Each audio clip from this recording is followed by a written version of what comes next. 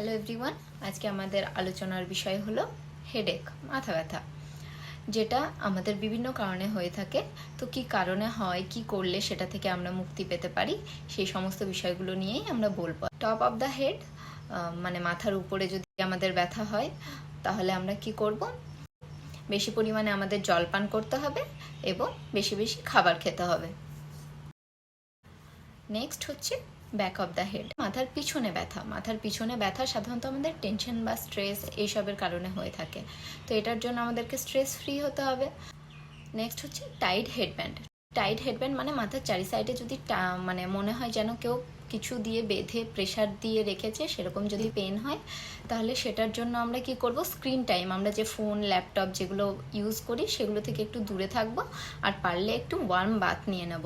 Next হচ্ছে forehead বা কপালে আমাদের ব্যথা হয় সাধারণত সাইনাসের প্রবলেমের জন্য। তো সেই জন্য আমরা কি করতে পারি? Go to the doctor and take medicine.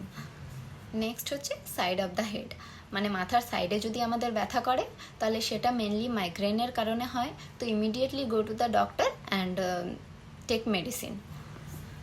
Next হচ্ছে পেন অ্যারাউন্ড দ্য আইজ, যদি আমাদের চোখের চারি সাইডে ব্যথা হতে থাকে বা চোখের কাছে পেন হতে থাকে, তো সেটার জন্য immediately go to the doctor. Next হচ্ছে আমাদের ফ্রন্ট অফ দ্য ফেস বা মুখের সামনে বা গালগুলোতে যদি আমাদের ব্যথা করতে থাকে, তাহলে আমাদের এক্সারসাইজ করা দরকার and obviously go to the doctor.